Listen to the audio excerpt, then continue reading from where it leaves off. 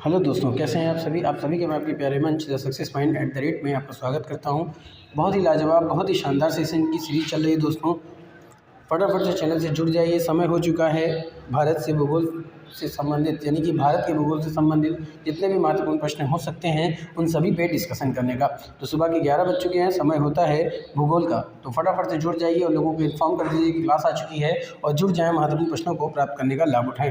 तो वीडियो को ज़्यादा से ज़्यादा शेयर कीजिए, लाइक कीजिए। वीडियो आपको कैसी लगती है कमेंट में ज़रूर बताएं।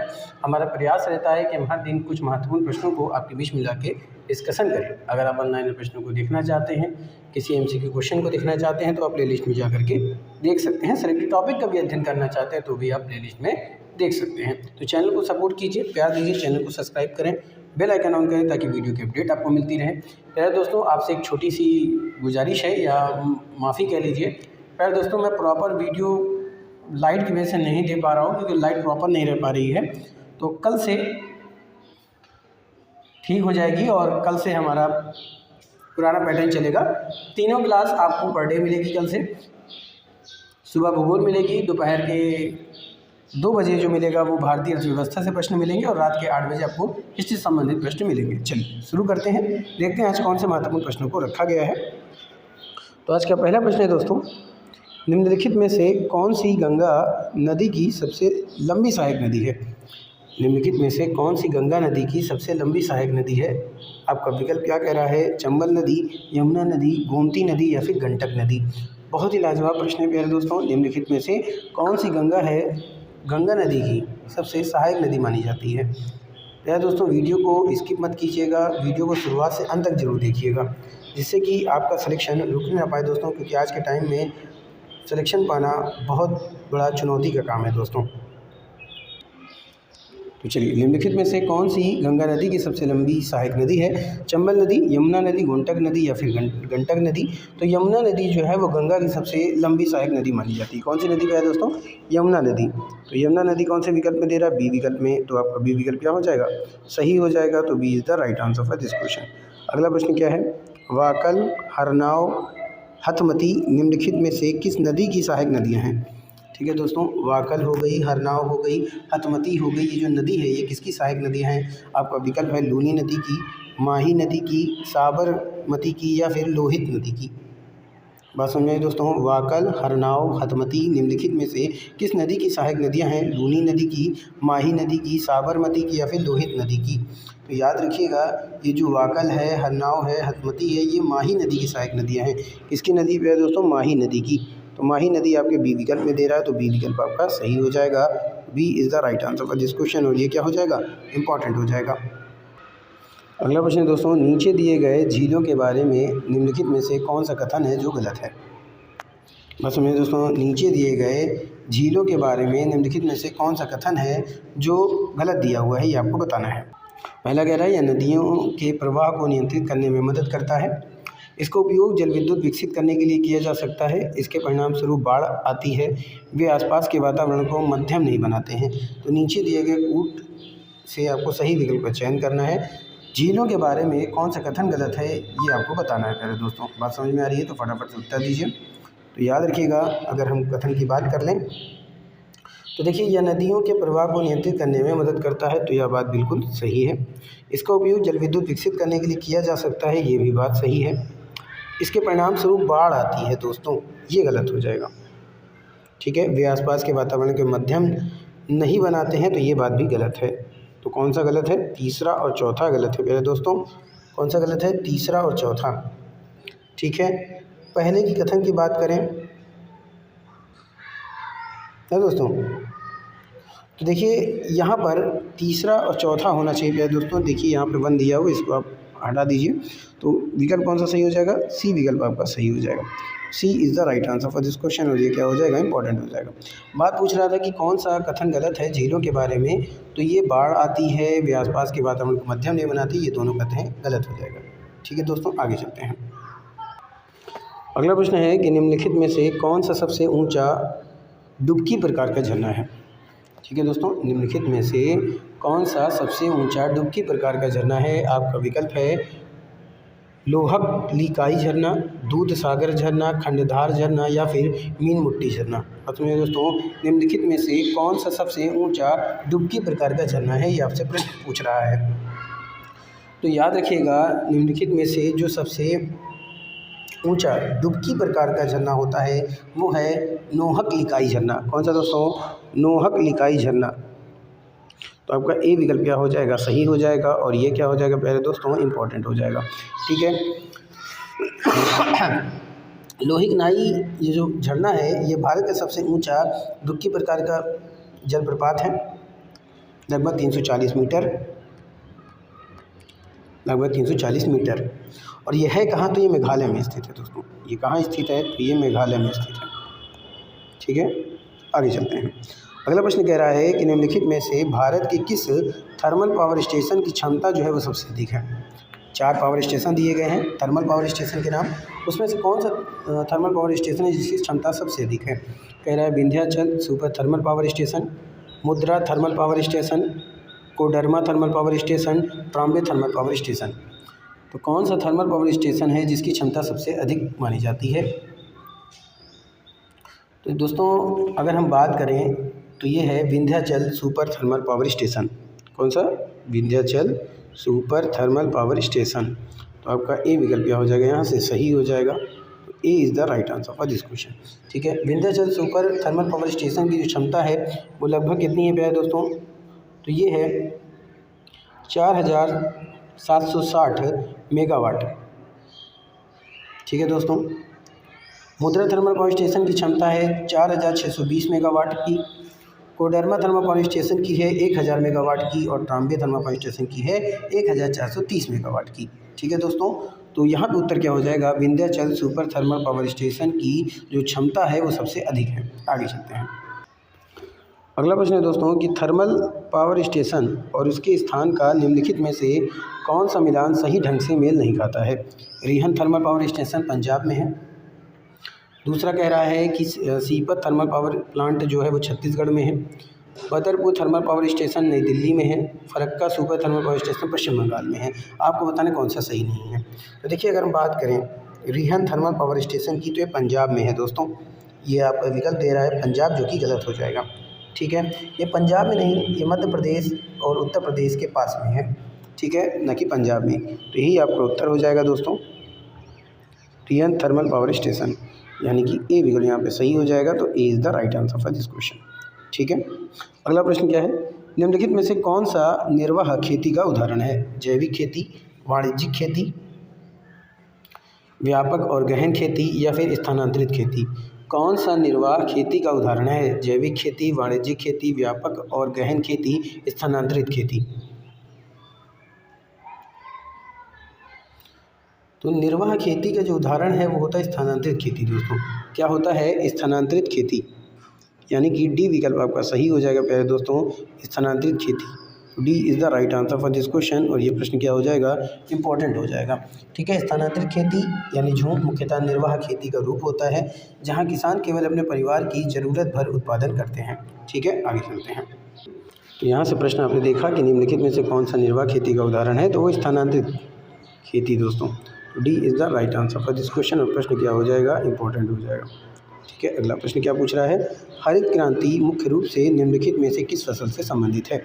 चावल, दालें, गन्ना, गेहूँ? बात समझ आ रही दोस्तों? फटाफट से उत्तर दीजिए। हरित क्रांति मुख्य रूप से निम्नलिखित किस फसल से संबंधित होती है? तो गेहूँ से संबंधित है। किससे संबंधित है? गेहूँ से संबंधित है। तो डी विकल्प आपका सही हो जाएगा। तो D is the right answer for this question. अगले प्रश्न को देखते हैं।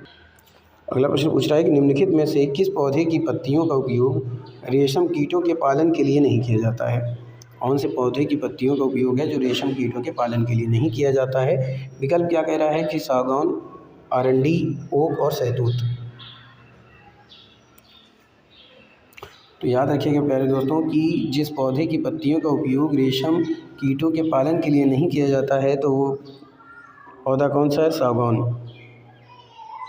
तो ए विकल्प आपका सही हो जाएगा। तो A is the right answer for this question. बाकी अरंडी, ओक, सहतूत इन सभी पत्तियों का उपयोग जो है वो रेशम कीटों के पालन के लिए किया जाता है। बात ध्यान से याद रखिएगा। अगला प्रश्न, लौंग निम्नलिखित में से किससे प्राप्त होती है? फूल की कली से, फल से, तना से या फिर जड़ से? लौंग जो है वो किससे प्राप्त होती है? फूल की कली से, फल से, तना से या फिर जड़ से? तो याद रखिएगा दोस्तों, ये जो लौंग होती है ये फूल की कली से प्राप्त होती है। किससे प्राप्त होती है? फूल की कली से प्राप्त होती है। तो आपका ए विकल्प यहाँ पे सही हो जाएगा। तो A is the right answer for this question और प्रश्न इंपॉर्टेंट होगा। अगले प्रश्न को देख।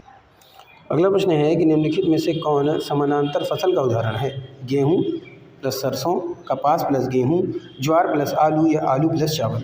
निम्नलिखित में से कौन समानांतर फसल का उदाहरण है? गेहूँ प्लस सरसों, कपास प्लस गेहूँ, ज्वार प्लस आलू या फिर आलू प्लस चावल?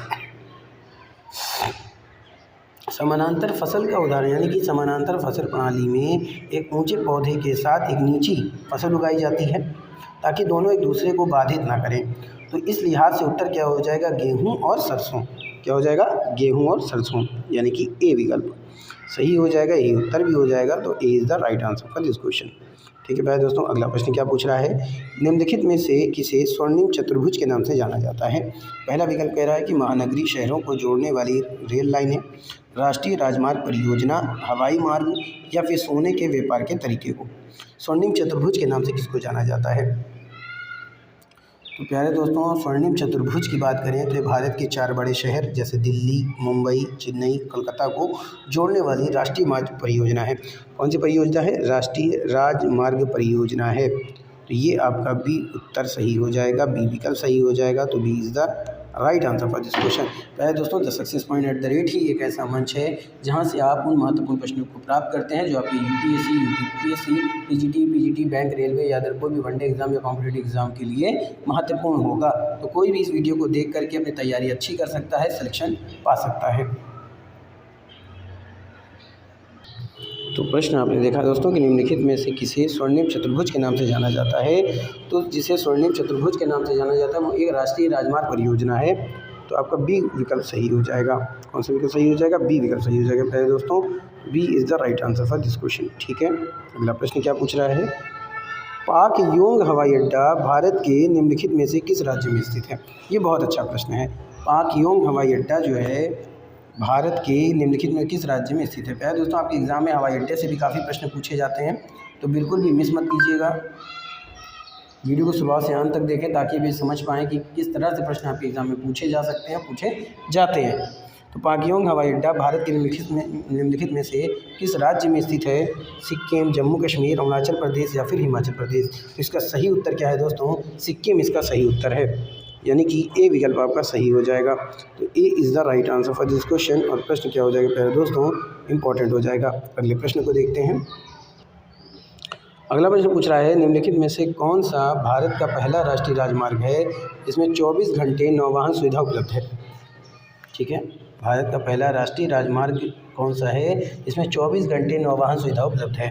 विकल्प कह रहा है NH-W1, NH-W2, NH-W3 और NH-W5।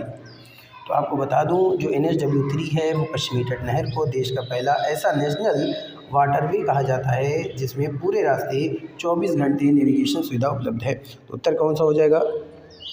NW3 C is the right answer for this question और ये इंपॉर्टेंट हो जाएगा। बात कह रहा है प्यारे दोस्तों NW3 आपको इस तरह से भी ऑप्शन में मिल सकता है। ठीक है, प्रश्न किसी तरह से पूछा जा सकता है। अगले प्रश्न को देखते हैं। भारत के निम्नलिखित केंद्र शासित प्रदेशों को उनकी जनसंख्या घनत्व के अवरोही क्रम के अनुसार व्यवस्थित करना है। आइए देखते हैं, ध्यान से देखिए। भारत के निम्नलिखित केंद्र शासित प्रदेशों को उनकी जनसंख्या घनत्व के अवरोही क्रम के अनुसार व्यवस्थित करना है। पहला कह रहा है पांडिचेरी, दिल्ली, चंडीगढ़, दमन और दीव। तो देखिए, दिल्ली की हम बात करें तो ये 11,297 किलोमीटर स्क्वायर, चंडीगढ़ 9,252 प्रति किलोमीटर स्क्वायर, पांडिचेरी 2,547 किलोमीटर प्रति स्क्वायर, दमन 2,191 किलोमीटर प्रति स्क्वायर। हमको बताना है अवरोही क्रम में। इसमें बताना है दोस्तों अवरोही क्रम में हमको उत्तर देने का प्रयास करना है। ठीक है, तो इसमें उत्तर कौन सा सही होगा दोस्तों?